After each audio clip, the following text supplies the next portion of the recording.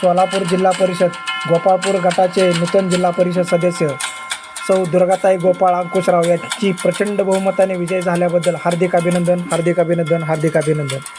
शुभेच्छुक मातोश्री प्रतिष्ठान संस्थापक अध्यक्ष धनंजय नाना कोताळकर, पंढरपूर.